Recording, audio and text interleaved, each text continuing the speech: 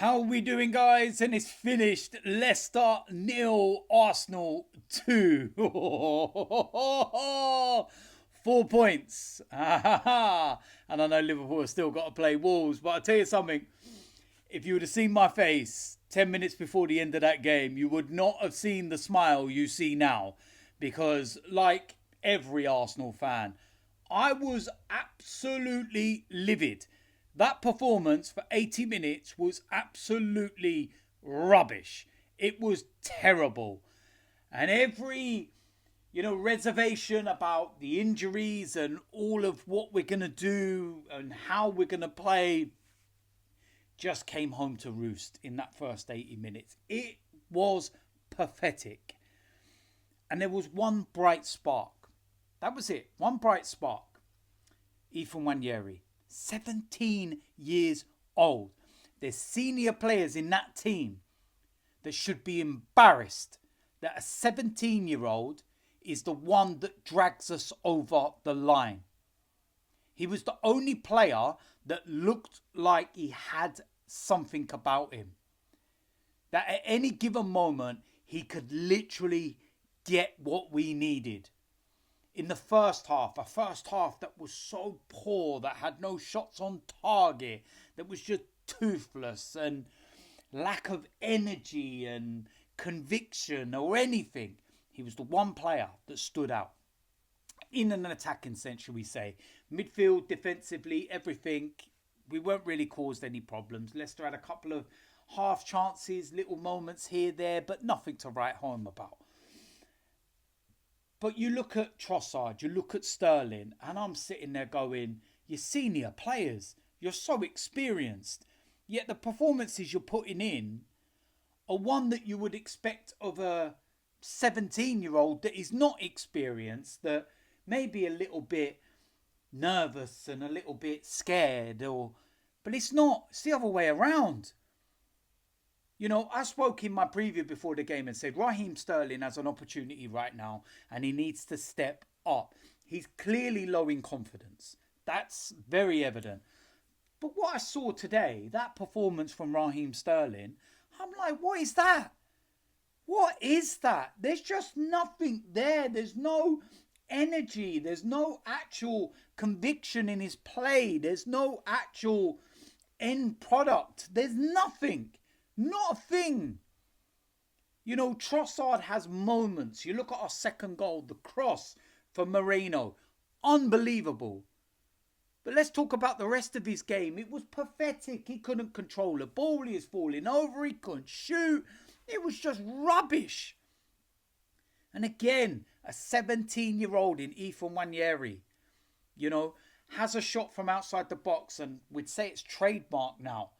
With Nwaneri, where he cuts inside, he hits it with his left, it clips the top of the crossbar, and then he races through, does a little step over, uses his right foot, smacks the post, and you're thinking, it's going to be one of these days, but this is a young lad that's trying to drag us through and get us over the line. And then Mikel Moreno comes on and plays as a number 9. Now, we were talking about it during the week, and it was mentioned, and Mikel Arteta had said about Moreno can play that role. And a lot of people kind of laughed. And I'm not going to lie, when I sat there first and thought, okay. I do think in terms of his finishing and his overall composure in the final third, Moreno's good. But I weren't too sure how he would get on as a number 9. But he's on the pitch for 10 minutes and he scored 2 goals. And I'm just sitting there like, wow, what's happened there? And where does the first goal come from? The first goal comes from Nwaneri. And what I would say with this, it's Saka-like. How many times have I said that he is the closest thing to Saka in terms of being able to replicate that right-hand side where he drifts in on the left and the little, crosses that you see Saka do multiple times over and over. And it was so like that. And Moreno, he goes in, header, goal. You're thinking, lovely. Get this over and done with. Finish the game off. 1-0, superb. Then we have a break, and I think Calafiori, you have to release Trossard. It looks like he's held on to it too long. He releases it. Trossard gets it. The ball is sublime. And the finish is immaculate. That finish, if that's scored by Isak, for example, everybody's talking about it. Everybody's raving about it. Everybody is speaking about how superb the finish is. But this is a midfielder that's just playing makeshift to help at the moment. And it was superb. And that just settled everything. 2-0. Could we have got another at the end? Yes, we probably could have. But that would have been greedy. And that would have probably been really harsh on Leicester. Who did defend well. Who, set up with 2 banks of 4. And played like a team in the position they're in. They're going to fight for everything. They've got to try and, get any point they can and salvage whatever they can. And they're never going to go toe-to-toe with Arsenal, despite the injuries that we have. Because you'll pick them apart and you'll score loads of goals. Because we've got a lot more better quality than them. But it was just one of those games that I was looking at and I'm thinking, wow, Liverpool had just dropped some points with their game in hand. And it's so Arsenal-like in the first game, that we get after that we go and drop points. And it's just over and done with. It's finished. The season's done. It's just a write-off and all the rest of it. And listen, I don't think I was the only Arsenal fan that was thinking it. We were all sitting there thinking it. We were all sitting there talking about it to ourselves or friends and family and messaging people and be like, we're shit and it's this and that.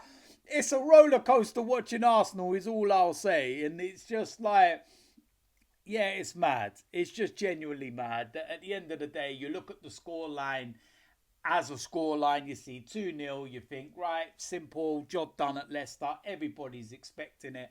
But then you look at the context of the game and the fact that both goals were in the last 10 minutes. We played poorly. And what side of the coin do you look at it? Do you say we played poor but we won the game 2-0? Or do you look at it and say you play against the better side, you're not going to get that kind of luck and you're going to come unstuck? I think as a base defensively, we've always got a chance. But it's going forward. Sterling not good enough. Trossard overall not good enough. Nwaneri was the star man. And it sounds really weird saying star man when he's still a boy.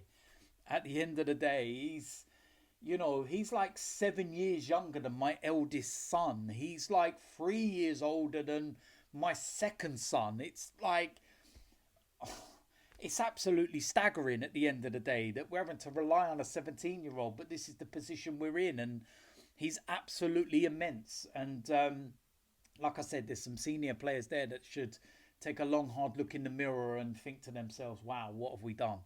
And, we should be embarrassed about that. But Moreno, the new number 9, Nwaneri, I'm not even going to try and compare him to Saka and say he's Saka because he's Nwaneri. He's creating his own, legacy, should we say. And we got the 3 points. That's the main thing. And what we can do now is we can enjoy our weekend, relax, sit back, watch Liverpool, see what happens. I don't think Wolves are going to get anything from Anfield, but you never know. And if they do, it is what it is. And if they don't, they don't. And then Liverpool got a run of 3 games, Villa away, Man City away, Newcastle at home. And we'll see what happens. So listen, we got the win.